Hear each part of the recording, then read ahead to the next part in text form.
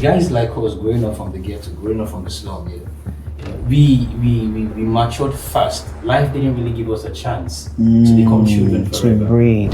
Next thing I know, I'm on a plane coming back to Nigeria and I'm like, what's actually happening? Then mom and dad are not together. I'm living with mom and I'm asking where's dad, and he gave me this overview that okay, there's actually life outside of the ghetto. There's actually a good life out there. This is actually what people actually need. I can't take no for an answer for too long, right? Especially when I know it's possible.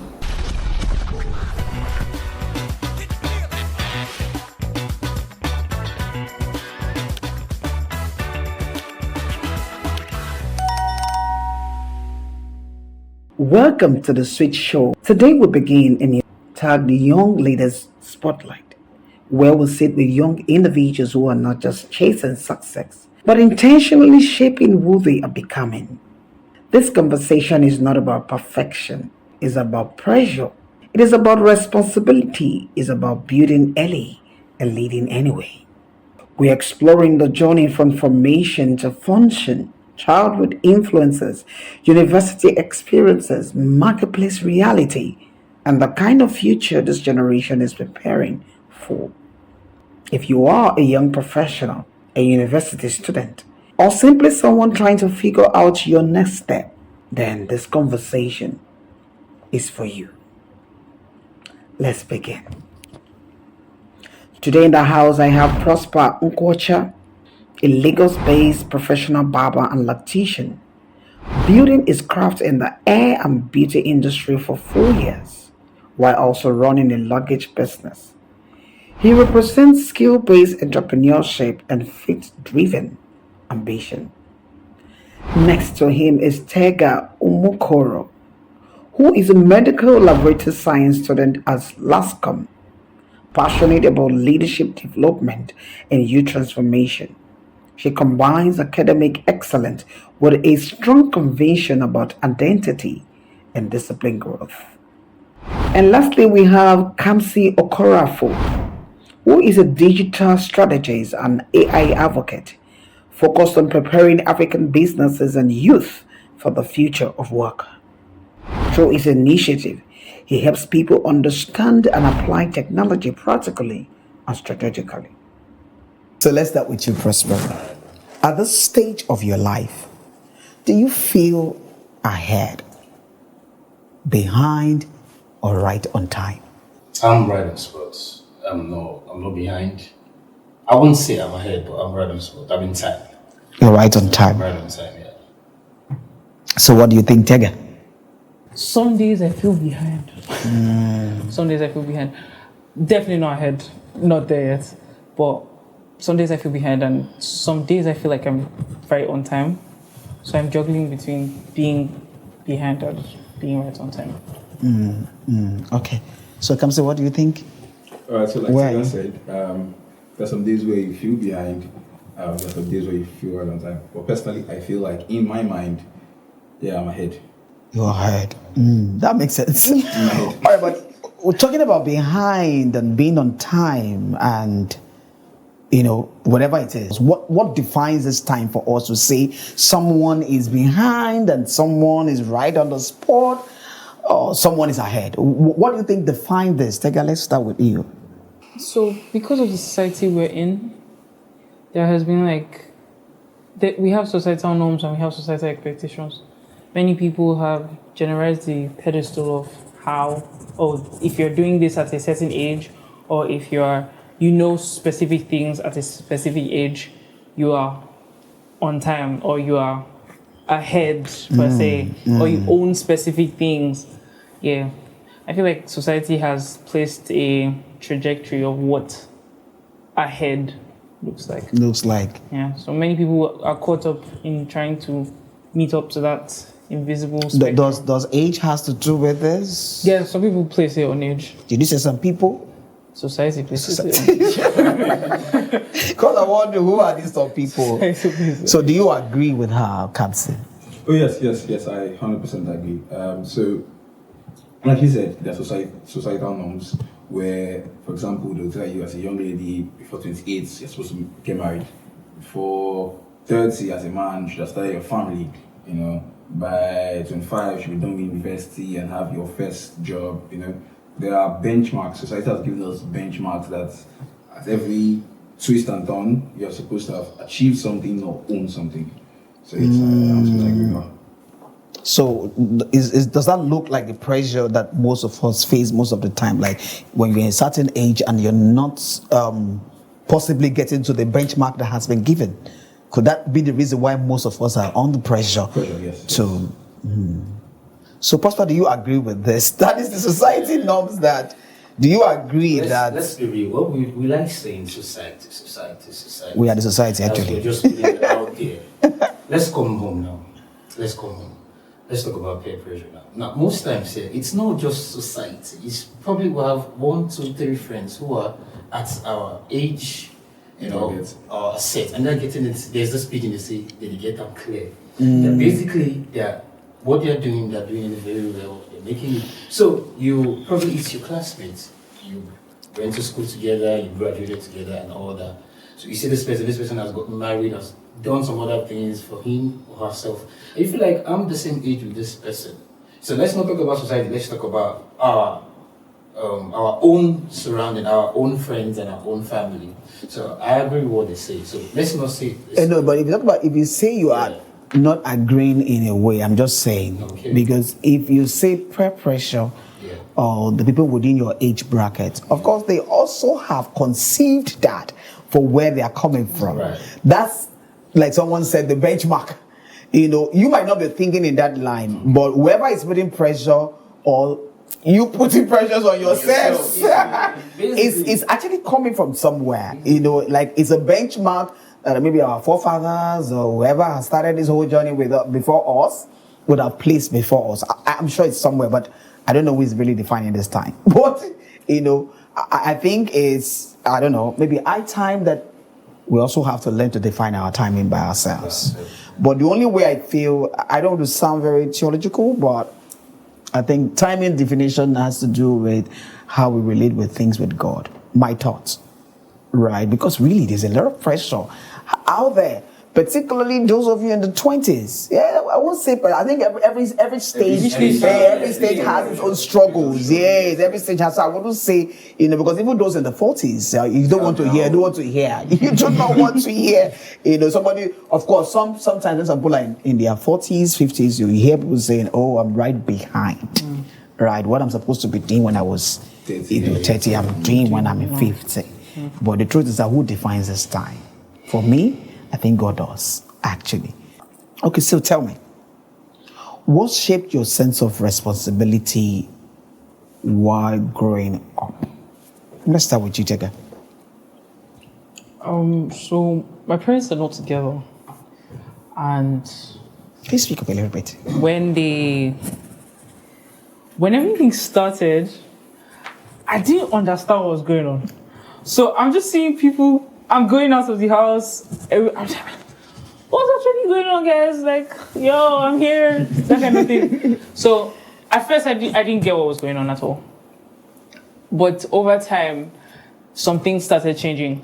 So we used to live together in the United Kingdom, and I grew up in a white man setting.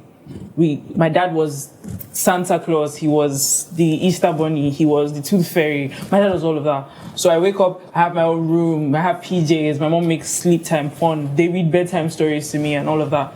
So when those things started changing, nobody's reading me bedtime stories. So then we moved from Manchester to somewhere still within the environs of the United Kingdom, and then next thing I know, I'm on a plane coming back to Nigeria, and I'm like, what's actually happening? Then mom and dad are not together. I'm living with mom, and I'm asking, where's dad? And no one's giving me questions. So I felt there was like a mental shift for me. I realized that, my parents they're not together. And I'm like, wow. So yeah, from there, I had to try to be there for myself. And being a firstborn, I also had to be there for my brother, my immediate younger brother. And I was like, things are becoming very serious now. So I had to try and structure how I think. I think I didn't get to totally enjoy my childhood. I had to fasten my seatbelt and become very alert at a young age just because of the kind of settings that shifted when I was younger. So sorry. But that makes you a better person now, Yeah, I it does. believe, you know, It does. and all that. So what's your take? Okay, let's go to Prosper. What's your take on this? What really shaped your sense of being responsible? You know, if I'm to be honest, you know, the question is what really shaped my sense of responsibility. A lot of things actually shaped my sense of responsibility. You know, in me trying to figure out life and being this person by the grace of God that I am right now. But if I'm to hit the nail on the head and say what really shaped this, it boils down back to my biology. You know, I grew up in the ghetto. I grew up in really Lagos. Okay. You know, born into a family, you know, where we at a young age we lost our dad. Okay. I think the year I was going to turn 7. Wow. And I lost my dad. Yeah. So you know that childhood trauma when you were small, let me say from the age of 2 to 5, whatever thing you want to get, you ask mommy, I want this. But it dawned on you at the time when your dad was no more. You keep asking those things and you discover mom keep telling you, I don't have money for this. You don't understand then what she was trying to say. So not knowing that the powerhouse is no longer there. You understand? So at a very young age, guys like us growing up from the ghetto, growing up from the slum, you know, we matured fast. Life didn't really give us a chance to become children forever. To breed. You understand? So we have to learn. We have to learn from, you know, the guys on the street. Because, you know, charity begins at home. Let me put it that way. Because if you're going to go in the right direction, you see people in the slum, in the ghetto, going the right way, and they're making it big. You see most of them becoming medical doctors, most of them becoming, you know, engineers and business owners and all that. You want to just follow that step. And there are two sides of it. You can see many ones becoming hoodlums. You can see the one becoming things that you would never want, you want your enemies to be. You understand? So growing up in the ghetto shaped up my mindset. You understand? It was clear that dad is no more there, that's one. 2, I'm the last child of 6.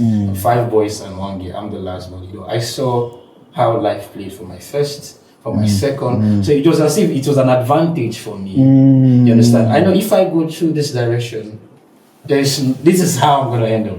I'm not saying they ended up badly. But if you want to be a better person, you know, there's the saying, if you want to achieve something different, you have to do something different. You understand? So I have to take on another pace, take on another direction entirely. So growing up, you know, was what actually, how will I put it, shaped, you know, my sense of responsibility. Gave me the idea, okay, oh boy, you need to double up. This is it. This is the game. Put your head in the game, man. That was it. That was it for me. So the family struggles were part of the things that actually helped you to like. That's the number one thing. I like the fact that you said you were blessed to be the last. You know, It's a because blessing. yes, you were blessed to be the last because it's like you were busy watching on your screen.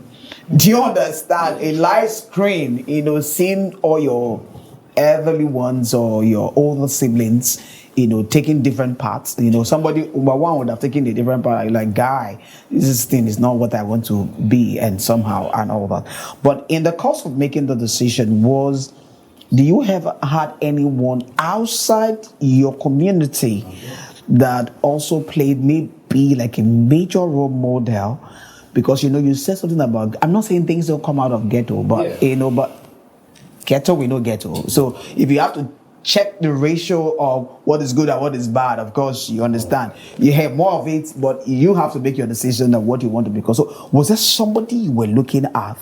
Or was it a book that you read? Or was it a movie what was that particular thing that gave you that shift to say, okay, let's use the word switch.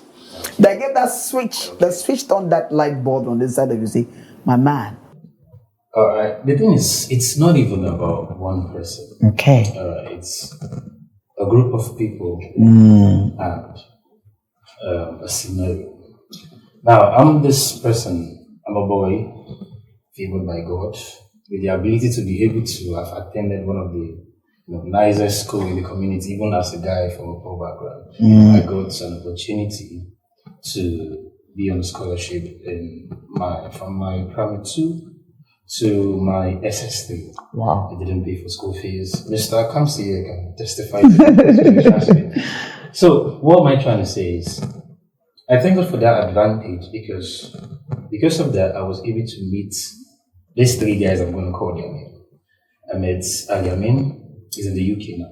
Okay. He's studying cyber Security. Yeah. I met Obina. Obina is in the business industry, the mortgage industry. He's in school right now in Oka in Nigeria. And I met Mr. Kamsi of Okorafor.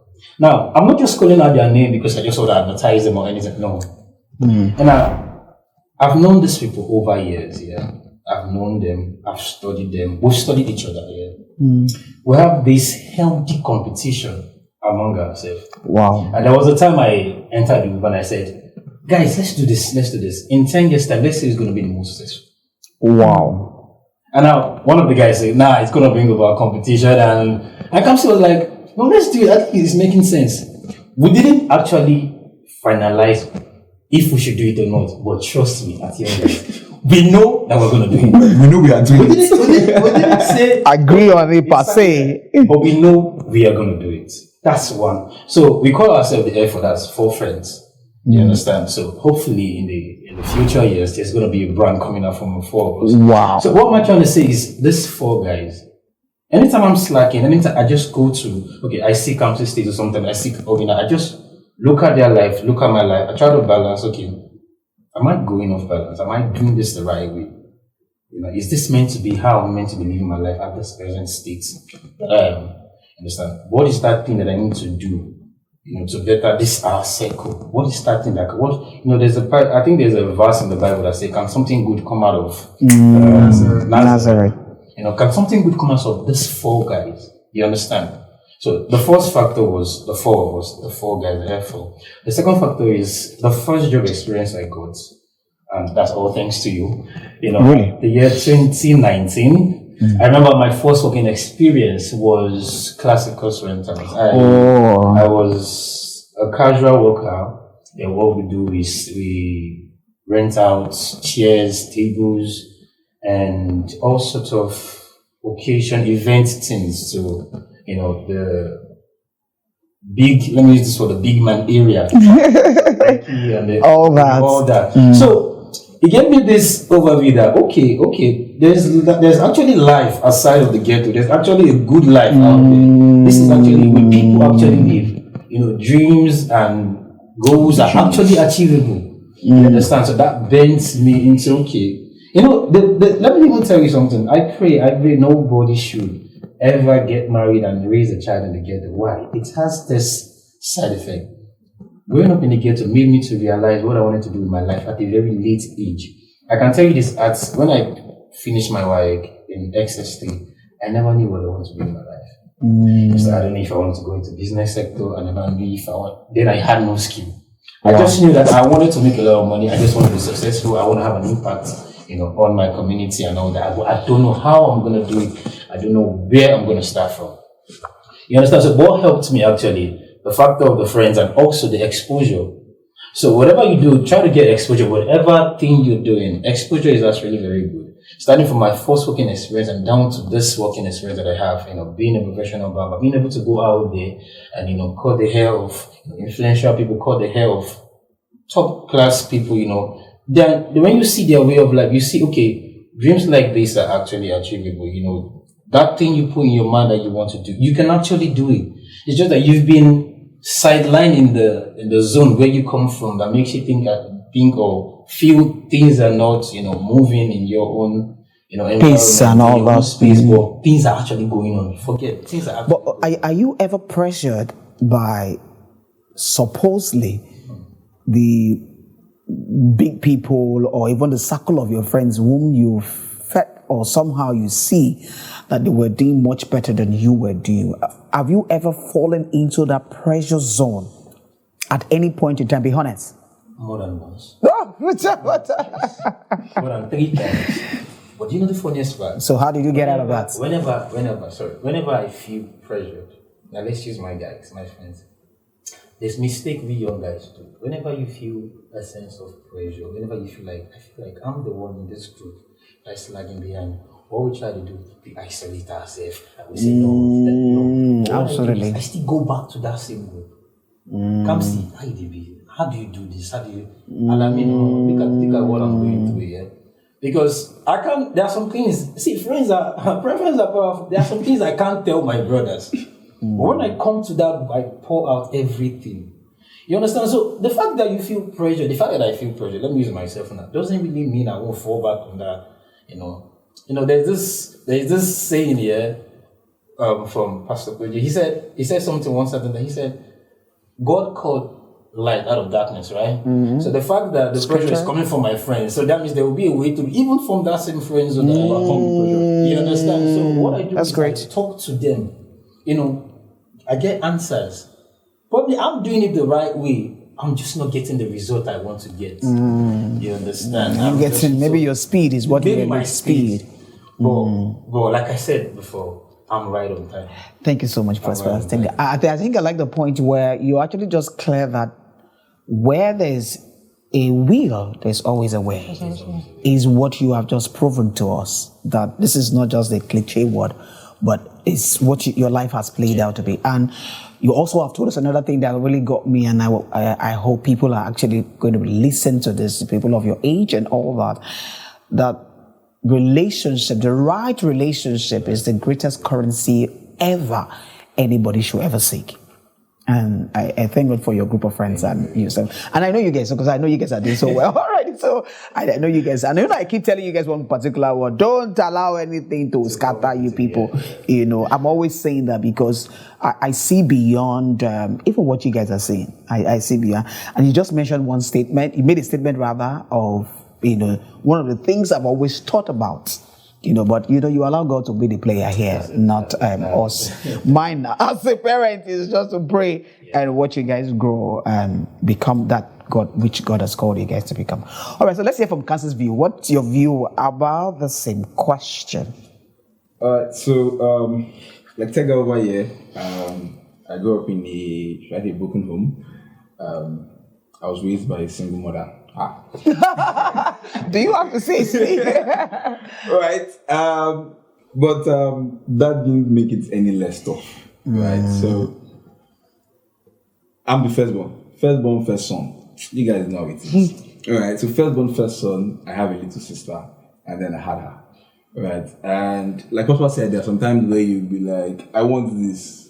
Can we have this? And they're like, nothing for you. There's no money. We want to use the money and do something else. Alright, so I got a lot of that frequently. And I think God blessed me with a spirit of I can't sit with my hands open. I think that's the spirit God blessed me with. Right. So I can't take no for an answer for too long. Right. Especially when I know it's possible. It's just that maybe the resource is not available at the moment.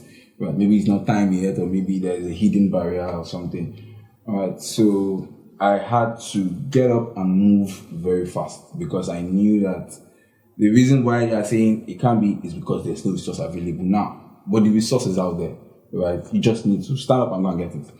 Right, so I had to stand up and go and get it very fast. And while standing up to go and get it, you can get it in different ways. You can go illegal, you go illegal.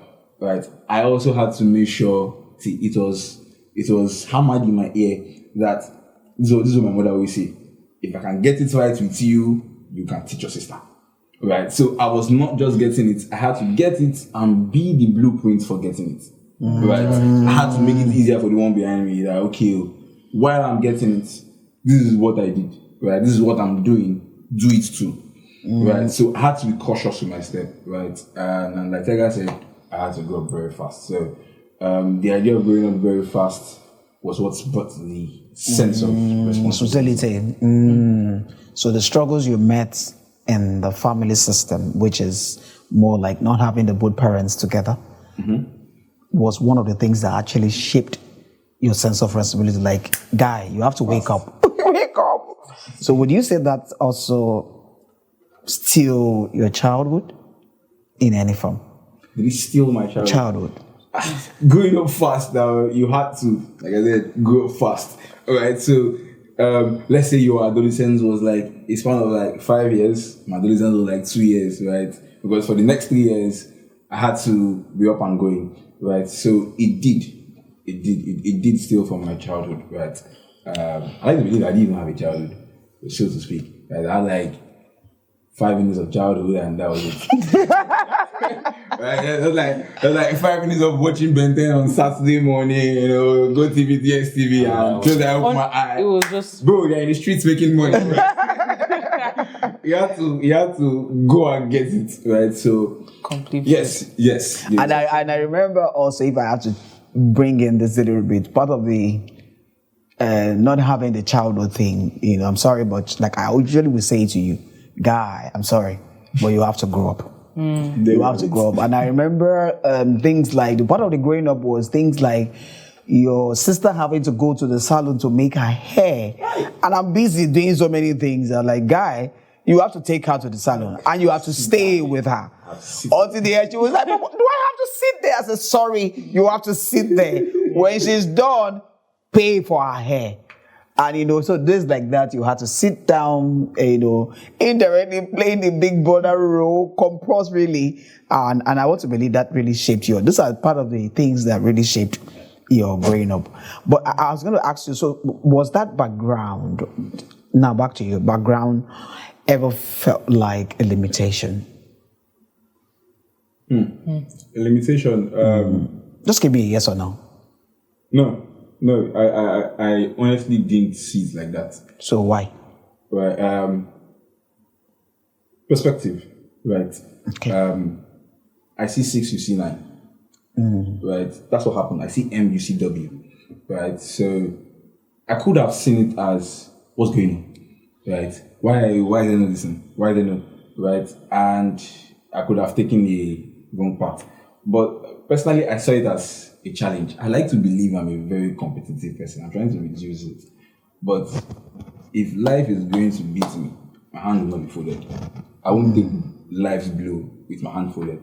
Right? So Fight back. Yeah. If you are going to tell me that you, Kamsi, you are growing up with a single mother, you're going to start your life early, let it be. That's going to be my advantage, right? And so I saw it as an advantage. Right, so if I'm out here and I'm getting this thing, I have to learn fast. I have to be that person fast. So I saw it as, okay, let's push. Let's just keep learning, just keep doing, and standing right now, looking back in retrospect, I think it really, really helped me. So it was in the invitation. That's great to know. So back to Tega, I just want to match up this with you because I once read a book.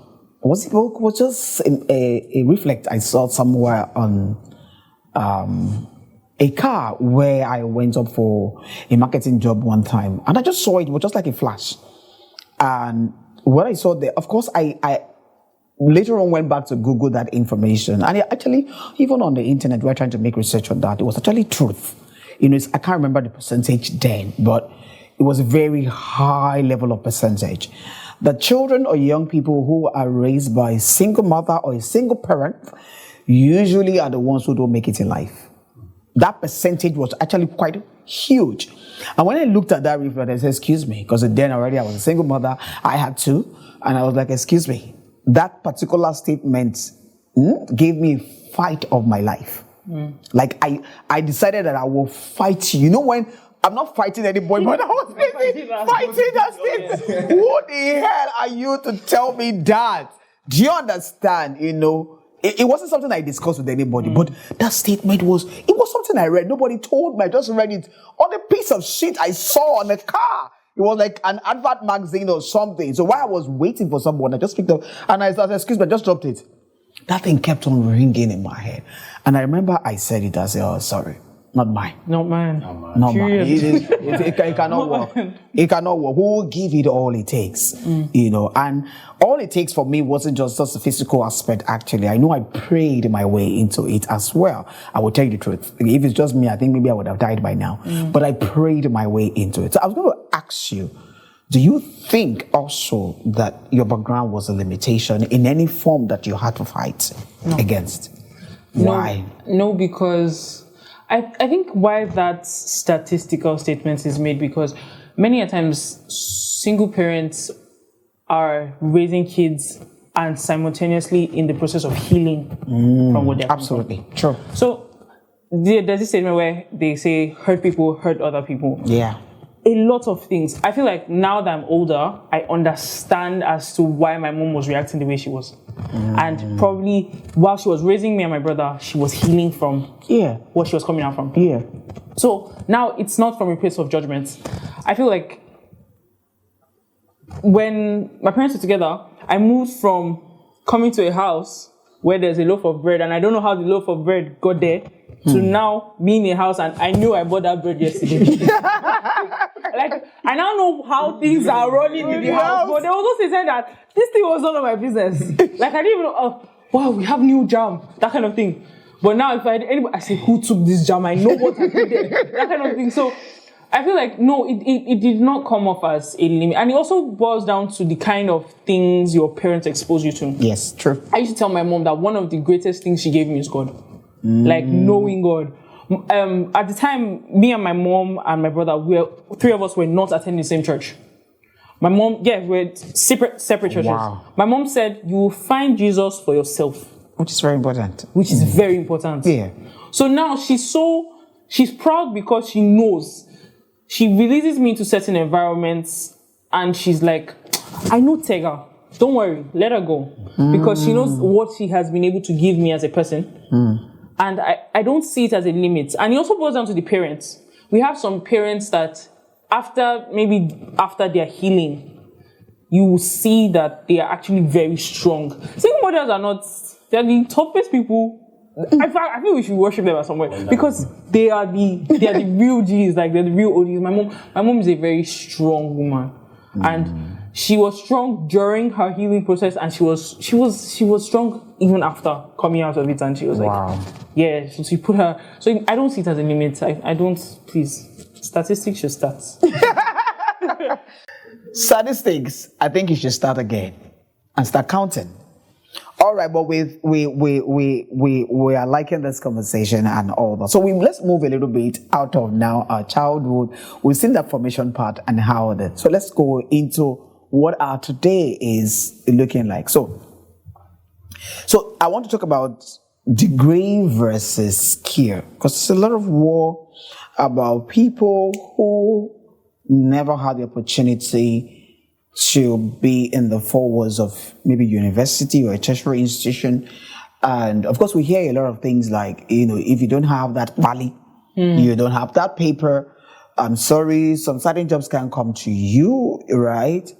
Some have the pali and nothing is coming. So it's a bit confusing for us. We're not understanding it. So the question now is, I want to ask, is a university degree still the primary path? Remember, during our own time, it used to be the primary path to success. I don't know if it's still in your own generation. So that's the question now. So you're allowed to disagree if you have to disagree anyways. But Tega, let me come back to you with this question. So is university degree still the primary path to relevance? No, it's not. Why? And I say, so initially, while growing up, if you were not a lawyer, a doctor, or an engineer, you're just the black sheep of the family. So I feel like the world has digressed into a season whereby formal education is seen as the best because it's a repetitive function. Yeah. So if you apply the structure of a formal setting, right, into whatever you are doing, there is a likelihood that you get equal results. Why is formal education glorified? It is because it is consistently repeated every single day, and that's where the whole consistency is the key thing. It's a very true fact, right? And I would say many people are caught up in the whole, if I don't go to school, I can't become something. But we have people that have demolished and destroyed that narrative because they did not get into the formal structure and they're employing the guys with the so-called pali. We have folks that are coming out of that same system and they don't have what to do. Right? So our generation has created a gateway whereby that is not the only road now. there are different paths now as to becoming a successful person. Formal education is not the limit at all. So yeah, you can definitely. So are you saying that education can be gotten anywhere and anyhow? Anywhere. In today's world? Anywhere. It's That's not necessarily the whole 4 walls of. You agree with this? Okay, I agree on the fact that education can be gotten anywhere. You understand? The first thing is education does not really mean you going to the university. Firstly, a degree, for you to get a degree, requires you going to the university. The question says, okay, is a university degree still the primary path? Still the primary path. Primary path. And this is secondary primary. Is it the main path that will make you become relevant in life? A university degree. Yes, that's the question. Why? There's a saying that goes this way: education is the key, but it depends on the door. It depends on the door. It depends on the door. Now, your university degree isn't really the primary path. You know, why I'm going to say this is because education is the primary path, not a university degree. All right, so how do you get educated in your field, in your career, in your business? Is through your experience. And that's why you see, even after your education, after your 6 years in university and your youth service, they still tell you, I need somebody with this, and 6 years of experience. Where did I get that experience from? You understand? So then what I'm trying to say is that what they need is not your degree, it's your education. Are you learning enough? And what's the education? It's the experience. Now imagine me and that I'm in the beauty and hair industry now. All I see, if I have the advantage to go to university, that's good. I always tell people, I always tell the young guys out there, you see, if you're going to go to university, have a reason why you're going there. Have a why. You understand? If you're just going there because, okay, friend A is going, and you don't even know what you're going there to do, use that money and invest in yourself. And over time, you will find a why you have to go there. You understand? Right now, what I'm trying to do is become a better person in my craft, in business and all that. So over time, when the opportunity comes, I invest in myself when that's going to the university. Right now, I don't have any university degree. But what I do is I put myself out there every time, you know, I put myself out there in work, in business, in career, you know, read books sometimes. Read books and all of that. Because you tell me education and university degrees, that means you're limiting, what's it called? You're limiting the chances. Okay, what you say about that means what you're telling me is anybody that cannot fund his or herself for going to the university can't be successful. That's what you're saying. Yeah. So I feel like, in a nutshell, all you need is experience, and through that experience, you are going to learn. That learning is where the education comes in. You get, so education isn't the success is for who is doing, not for what I like the perspective you're coming from, you know, and that's why we have this balance, you know, you in the skill industry, if I have to say that, or you know, you are indirectly telling us now, particularly people in your generation or people who are just sitting around waiting for one jam to happen so that they can get into the university. Of course, why do we even go to school? Like you said, what is the why? Why not school? Like, why do we go to university? Because we know the primary and the secondary education for me is the foundation to everything.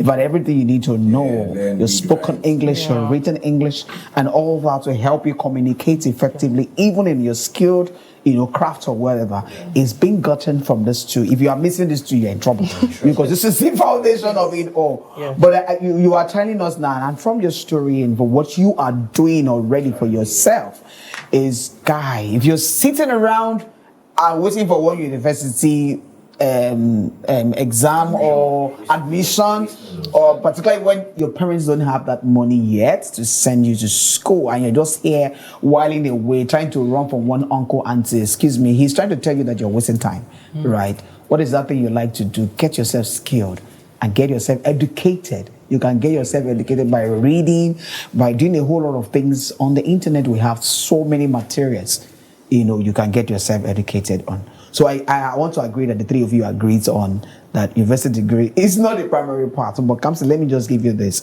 I'm giving you this because I know you deal with a lot of research, you know, in your field of work, and all that. So if school disappears tomorrow, would you still be valuable? Very much. Wow. Very, very much. Easy, Tega. Very, very much. Right. So, like they have said, right? Education, not university degree. Let's look at it this way. Every single thing you might think of, or you might have experienced, or want to do, somebody else has done it, thought of it, and experienced it. There is nothing new under the sun. And in the course of life, right, we have learned how to study that. Right, we have written books. People have short content now, because content that is our style in this generation. There are YouTube videos, right? So I'm done with university. I finished university. I've gone through it. Right. So to be valuable in this time and age is what you can give yourself. Right? What are you intentionally learning? What are you intentionally picking up? Right? Because these universities have almost like a decade-old curriculum that almost does not apply to current scenario. Right? So how can you be using 15 years ago manual to run your current 2026 life? Right? There's going to be hiccups along the way. Right? So while I was in school, I was working. Right? So I had to pick up some stuff from the quote-unquote street. Right? That's by doing stuff and learning stuff. Right? And I got to train myself. Right? I got to learn again, excluding from what I've been taught in school. Right? I studied computer science, and they're like, come and write COBOL, and they're giving me programming language that they use, that Mark Zuckerberg probably used in starting Facebook back in those days. Right? I'm writing code on the board and on paper. Like, how does that help me? Right? So I had to learn stuff outside, right? And better myself. Right? So yeah, the school disappears, I'll be very, very much useful. Because of the educations you have given yourself and the consistent education you're still giving yourself. So that's a point for all of us to learn. Keep educating yourself. It's very important. Intentional, or be intentional in educating yourself. So let's go to future work, as in what your future is looking like, in a nation like ours, beautiful Nigerian like ours. A Nigerian youth being prepared for the future work at all. So Kamsi, I'll take that from you again. Based on still the research you've been doing, over some work you've been doing so far and all that, do you think that Nigerian youth, based on what we've even just talked about, are we truly prepared? When you say being prepared, are you saying are the youths, is an external factor preparing the youths, or are the youth preparing themselves for the future of work? I just want clarification on the question. If you are saying the external factor, being like government. No, we cannot. I'm not saying that based on what you guys have answered. Okay. You've answered me now that university degree is not the only primary way to relevance, right? So the three of you agrees that there are other parts that are not university degrees. So if we're talking about university degree, that means they're talking about leaders now, preparing you for this whole thing. But the three of you agrees that. So now I'm not asking you. If the three of you agrees that that's not the only pathway, there education, you can educate yourself online, just be intentional, pick at what you want and just go for it. So I'm not asking you, do you think from what you three of you have said, because you represent the nation itself now, you're youths in your categories and all that, in your age group and all that. So the question is now, do you think that the Nigerian youth are actually being prepared for? So being prepared could be, you could agree if it's from the home, from the community, they themselves, or the society at large. Okay, so I would say in a way, but more can be done. Right? I'll applaud the efforts that the government and maybe society at large are making. Right? There are individuals that are going out there and making, important. Yes, they are sensitizing people to the fact that the future of work is going to change. I like to believe I'm part of that individual. Right, the future of work is going to change. Right, this is not the first time we're hearing AI, automation, and stuff like that.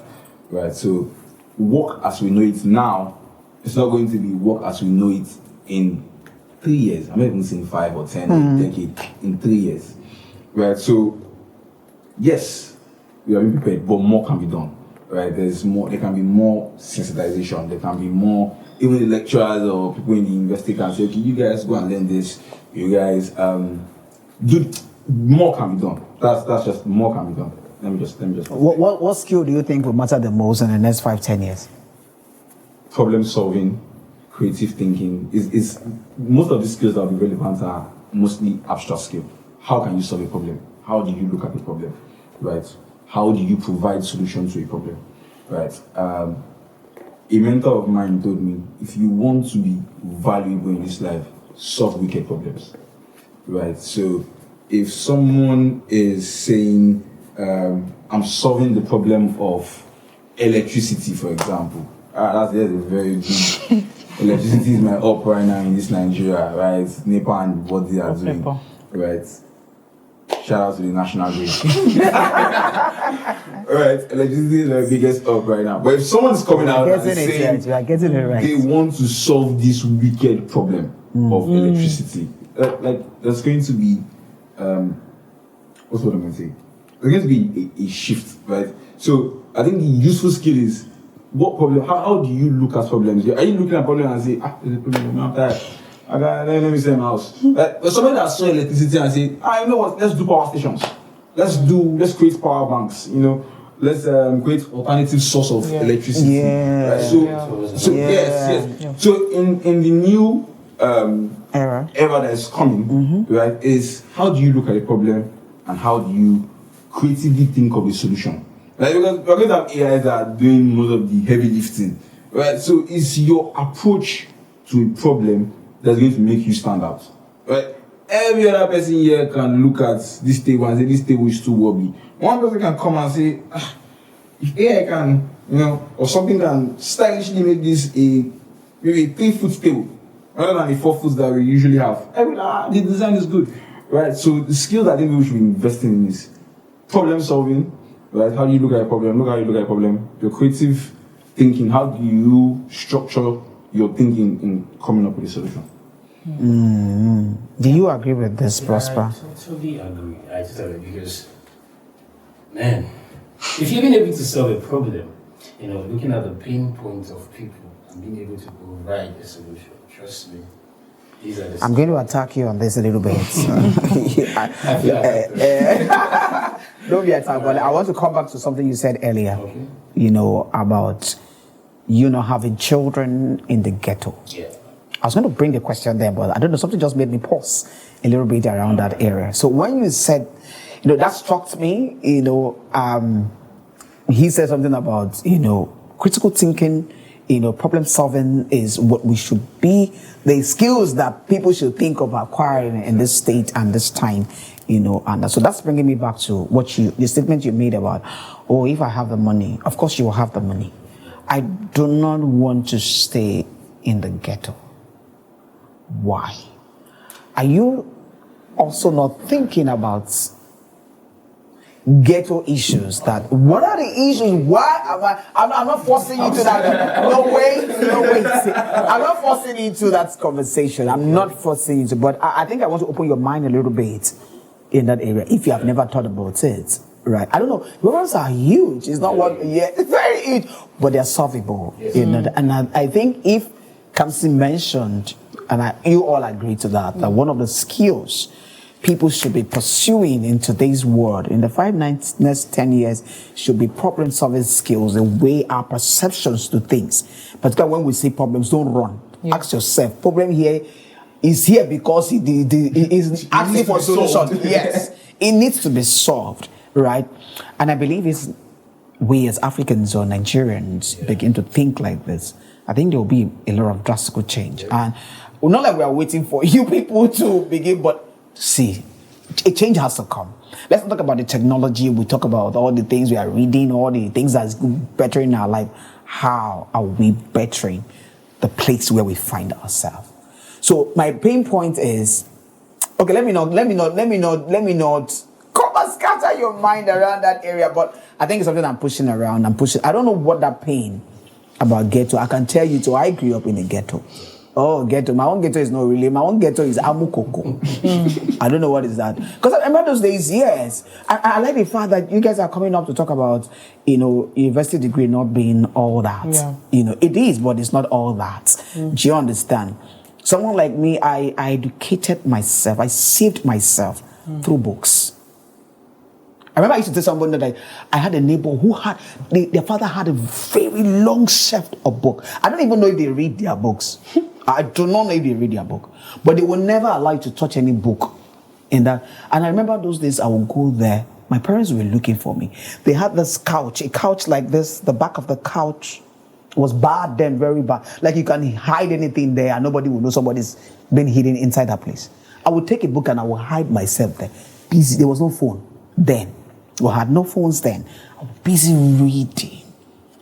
I read my broken English into good English. I went to local school. You know those days are what do you call it? Government school. Government. I want to say government. But state government school. I know your school depending on where it is, which area it is. The area too has some level of influence on it. So, pidgin English is go shaker. We speak worry pidgin English in school. Of course, our teachers are trying to make sure that Of course, it was also teachers. Like my good teachers in my school those days that also, pruned our mind and taught us reasons why we have to read. So those things they were saying was what people like me were pursuing, behind scene, and I think reading books really got my life better and got me where, I am and maybe the way I'm talking at the end of the day. So you think I went to one serious school, Fabu? I didn't go to school. It was state school, local school, primary, secondary school, were all local schools. I never went to private school. There wasn't even that much private school in our time. There was private school, but for those people that went to private school, to see them as and I know some of the private school people that came out Fabu, not I still speak better English than they, So, but I'm just opening your mind to that. So this is also a place where we try to teach ourselves. Okay. I like that statement, but don't that statement. I'm not saying, but I'm just opening trace on lights and that part. I don't know what that pain is, but. Maybe if you shift your mind a little bit out of that, that could give you a perspective. Or do you want to say anything about that? The thing is, one thing I know about solving the pain, coming from a guy like me from the ghetto. There's a question you asked Tega. She said about if her background is like a limitation. Yeah. Now, me growing up from the ghetto, I won't say firstly it's a limitation. Now, it's a blessing in disguise. Why would I say that? I had the advantage to be able to experience the good and the bad life. What I mean, the good life at home, the bad life and working experience, understanding how people live better, being able to dream. When you come to the house, when you come to the ghetto, you're that poor boy from the poor background. But when you go out there, they know the capability to which you can do something and you are trying to explore more. So now, I feel like, same thing as Mr. Kamsi said, he said, problem-solving skill are going to be the, let me use the word high pain or the demanding, ways. No, we deal with things, skill. So, but the number one issue I had growing up back then was the light of electricity, the issue of electricity. Let's talk about that one. And I know a lot of people will say, okay, but there is face me and slap you generator. There is what is that small generation called? I pass my neighbor. But that's noise pollution as well. Now, how many people let's take it up a bit. Let's talk about innovation now. How many people can afford to get a solar system in the ghetto? So now let's leave that part. Because if you're asking how many people can afford to get a solar system, that's where your critical thinking comes in. Tell us how you can solve that problem. No, so is this your problem? Don't tell me. No, I don't want to tell me. Solve the problem and come back and tell us that you have solved that problem. Let's see your solution. Let's move on. So to you, Tega, tell us, what are young professionals doing wrong right now? If you know of any. I feel like I don't want to totally blame the university setting, but there's too much theory.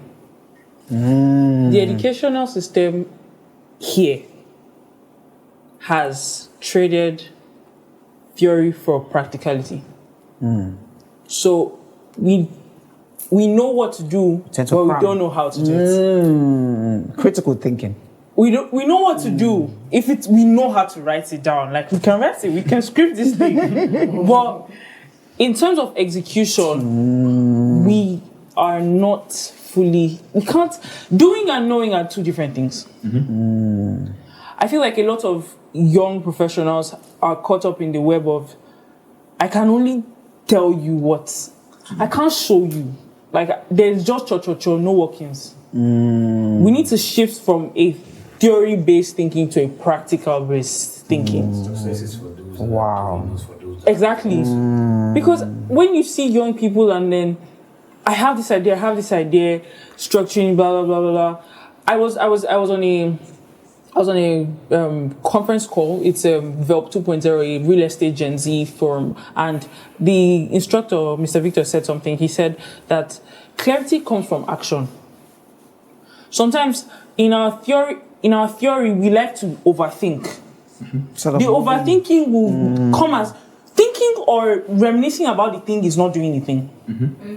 So you really need the people here, the professionals, the young professionals, really need to shift from a theoretically based thinking to a practical. How can this thing be done? Beyond the paperwork. Yeah, How do I beyond bring the it out? writing. Yes. Beyond the, I've structured my text. Some people even go to ChatGPT, format the whole thing. It's looking good. It's beyond looking good. Will it work? Is it going to work? That's like... Have you tested it? Yeah. So we need to move from theory.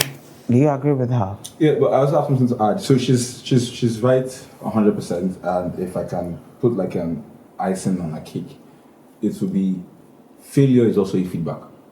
Like you learn from failure. Like so someone asked me a question. I like to tell some people that as much as success is sweet, I find failure more interesting because someone who has failed 1,000 times knows 1,000 times or 1,000 ways it will not work. Yeah, that's Do you understand what I'm saying? That's Like you can't come and meet somebody, for example, say Thomas Edison created the light bulb and tried it 99 times, right? So he knows 99 different elements that would not work for a light bulb. He knows 99 different techniques. He has tried 99 different techniques that will not work, right? So he doesn't have domain expertise by getting the right things fast. He has domain expertise by knowing what works and knowing what does not work, right? And what you said about execution, I've been in that. She's very right. I've been in that trap for a long period of time because most of my work deals with strategic thinking. Thinking about landscape, thinking about solutions to problem. I haven't really been on the field. On the field, so to speak, right? So let me Let's go to field work. Let's go to field work. I like that. Field work is not here. Field work is the real work, not all those think that I'm thinking inside, right? So I can think inside, and I'll come and tell you that okay. So based on my thinking, right? Based on calculation, based on research, this is what I think, right? The landscape is good. The market says so. You enter the market first. I've done market survey. All those things contribute to the factor of success. Exactly. Fine. But you will not succeed by doing the survey. You will succeed by sending your goods or your products to the market. And trying it out. And see what's working, what's not working. Actually not working. Like I said, failure is a good feedback, right? So I was working, let me give you a short example. I was working with a client on something and then they were like, they sent a centrifuge machine, right? That's where they put like all these test tubes, and the test tubes help them, they spin the test tube. Separate stuff.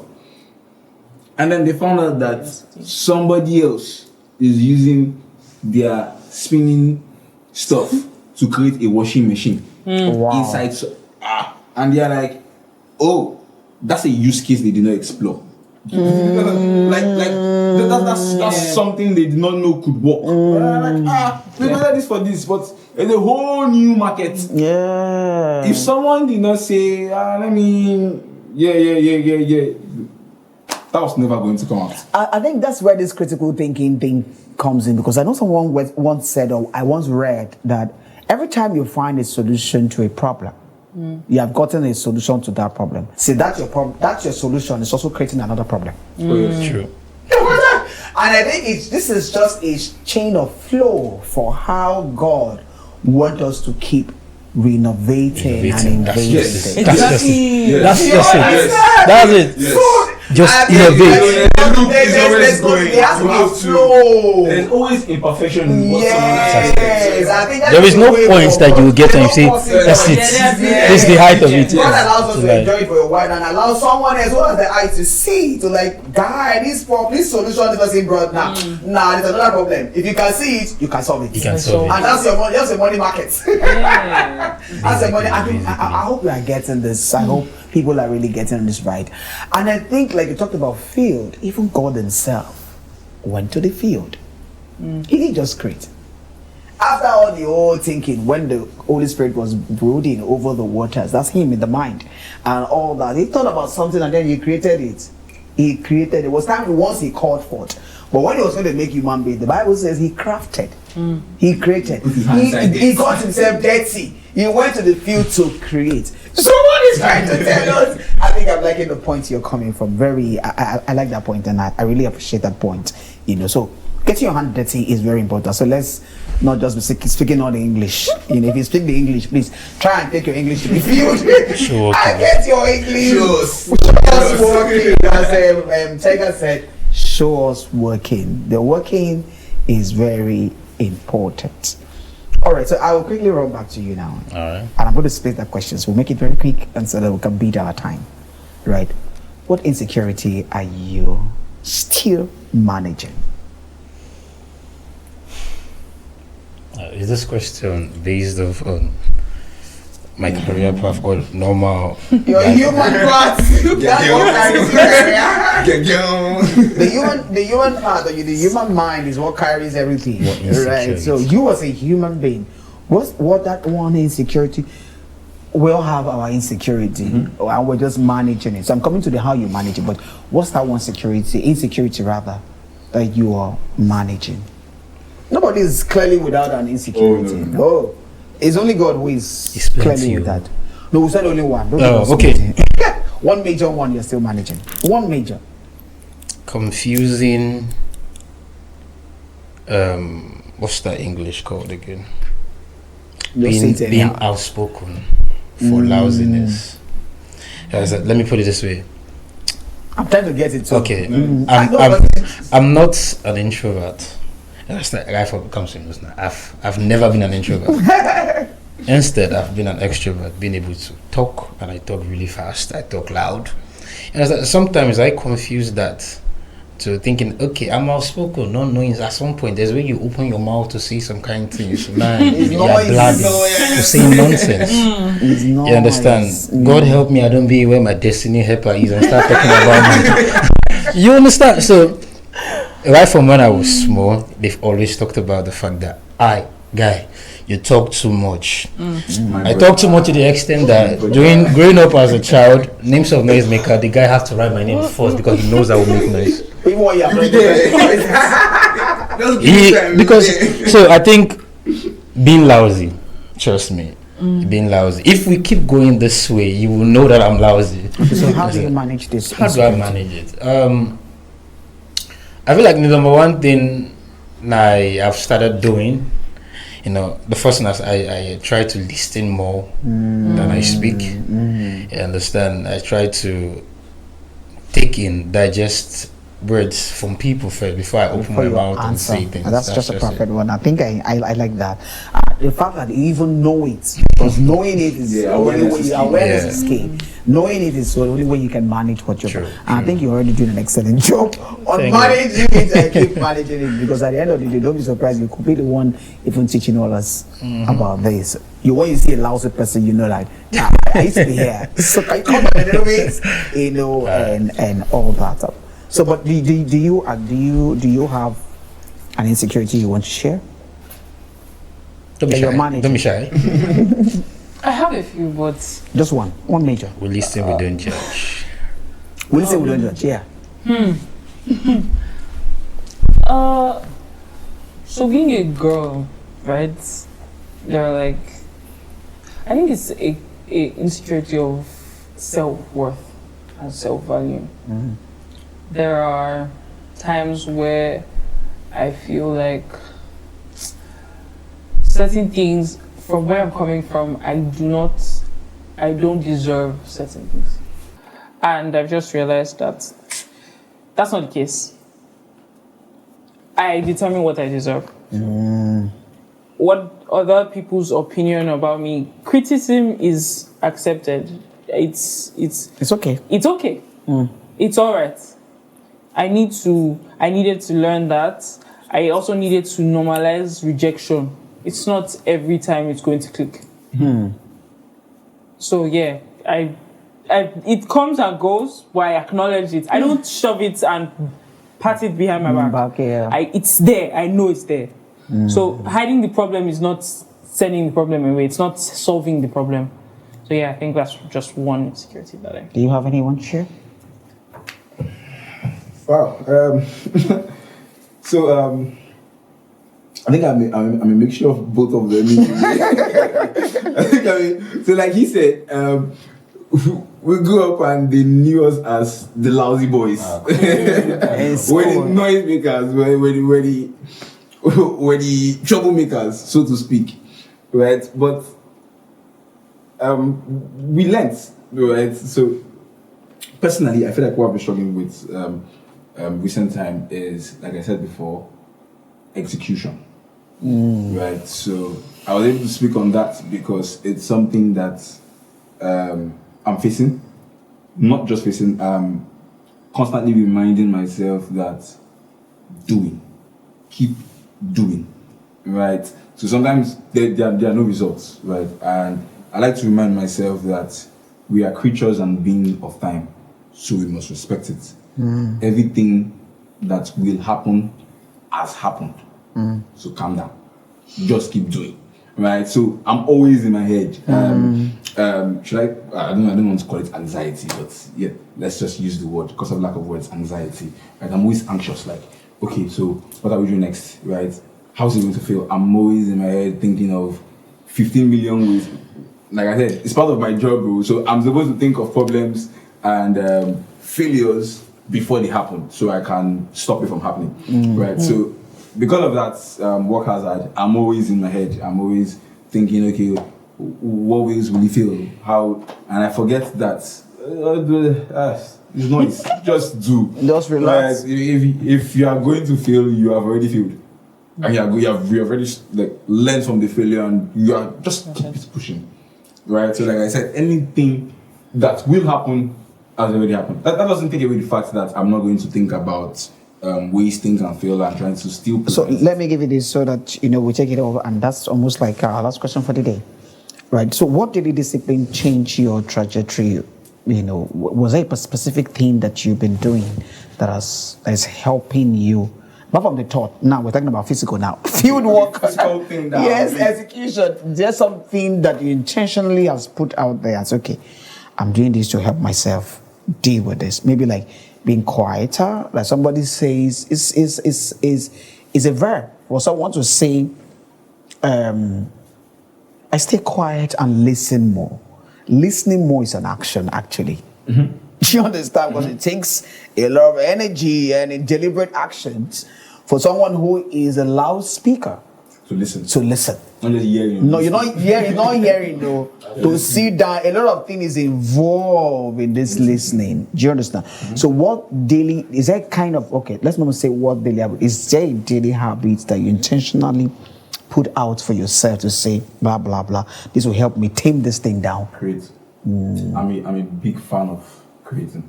Right, so. What do you mean creating what? Creating anything. Bring anything that is in your mind, bring it to fruition, right? So bring abstract thoughts to tangible things, right? So creating can be writing, creating can be voiceover, creating can be shooting content, creating can be building apps, creating can be having a community. So this your daily discipline is to ensure that you execute whatever it is. Create. And while creating that, I tell myself, forget the imperfections. Right? It's not going to be good. This is not the best it is going to be. That's my. Do you find a moment of stillness in between this creation, or you just in between the day? Is there something like you find like a moment of stillness to just help you quiet the noise a little bit in your head, or do you just go ahead and this noise is so much, let's bring it out after writing, let's go into execution immediately? Okay, so it differs. There are some days where I meditate. I think in this side of the world, people underestimate meditation. Please, guys, meditate a lot, right? 10 minutes, 5 minutes, 15 minutes, and meditation is not the no. Right, that could work for you, right? But meditating is just being still and allow your thoughts to pass, right? So as humans, there are different 1,000,001 thoughts going to. You see that light? You see the table? Just be still, right? Your thoughts are not you, right? So what you're thinking right now is not you. It's just thoughts, right? And so you can just be still and observe them and let them pass through, right? And in that stillness, you now start hearing questions on, your brain subconsciously pick up some things that even you, if you're not still, you don't know that you have picked up those things, right? So before I create, sometimes I like to be still and I look at it and I'm like, so there's some days where I just write. I write on Substack and I just post that. And in that writing, I look at, this is what I'm going through. And I sit down and I'm like, okay, it started from here. I think this is my solution, right? And this is what I should be putting out. Okay, I do research, obviously, but it starts from the stillness. It's in that stillness you can clearly, you can move out the noise and clearly hit the hammer on the nail's head. And just like, okay, this is it. This is the bullseye that I want. So stillness is necessary.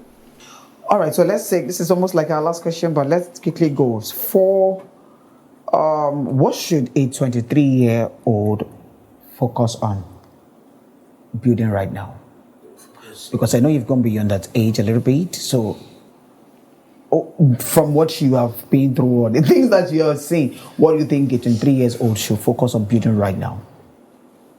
Firstly, focus on building a good relationship with God. Now I come from a home here where every single time we grew up seeing our mom praying,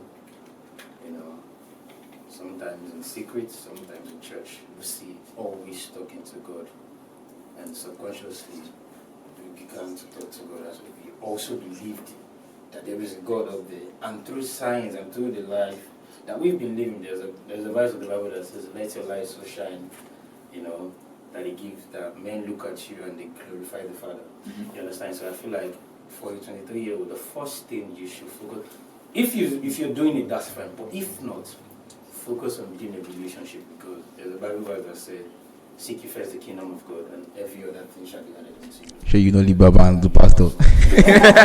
You understand? So, true. That's true. If you're not living in Christ, you're living in Christ. Yeah. For a 23 years old, you're telling us right now that has found God already, means that they already know what you are building.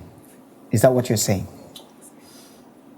Okay, look, I'll put it. No long story. Okay. Take it again from the statement again. I will take it again. 23 years old. Who has already found God? Yeah.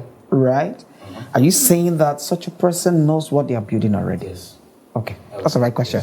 Thank you for that question. I was going to get it to see if I could get you right there. I want to believe from the statement you made, seek it first, The kingdom of God and every other thing. So if you have to agree to that statement, that if you seek God first, every other thing. So someone who has found God, truly found God, not the churchy, purpose follows. Thank you. That's becoming B.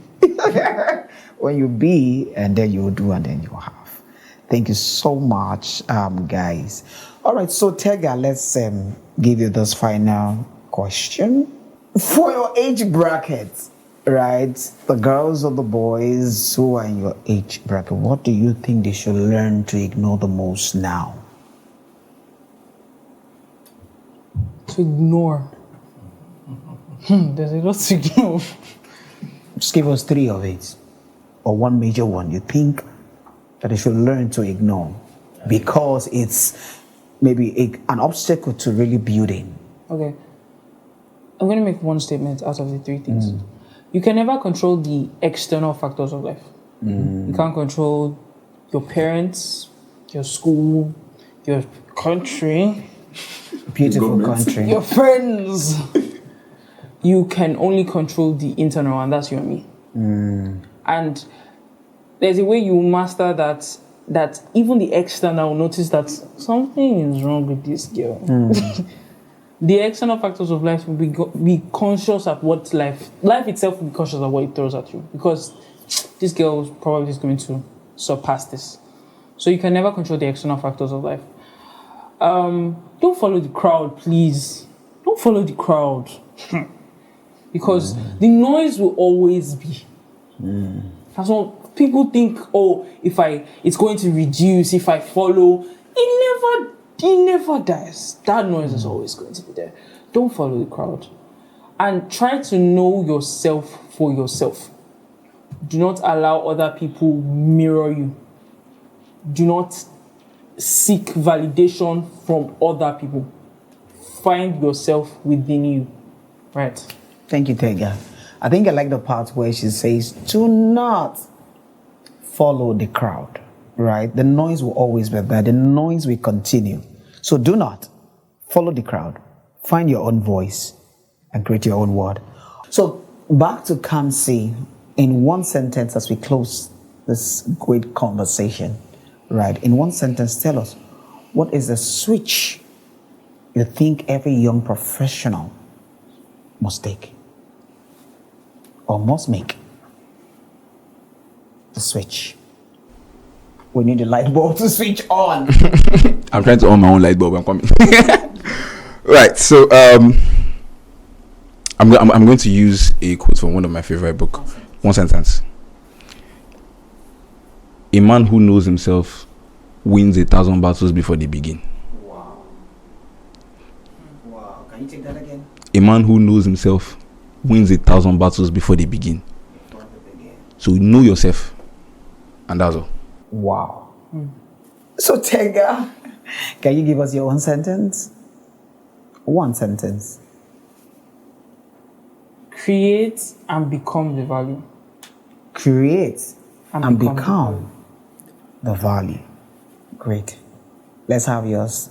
Mine, I would say success is for those that are doing, not for those that know how to.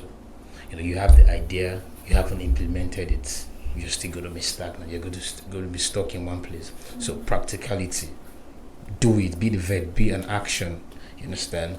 So success is for those that are doing, not for those that know how to. Yeah. Oh, that's a great remark. That's a great remark. Oh, we thank you so much for all the conversation we've had today. It's been a great one, I must say. And I would like to close with this particular statement that I kept myself, I was looking forward to this. So, leadership is not about age. From what we've heard today, we already know that leadership is not about age. It's about awareness and responsibility. And it's about choosing growth intentionally. If you're watching this and feeling behind, maybe you are not behind. Maybe you are just becoming right. This has been the Young Leaders Spotlight. Ensure to subscribe as you watch, and make sure you don't watch alone. Bring all your crews, watch this conversation, and subscribe to the channel. My name is Okorafor, and we're in there.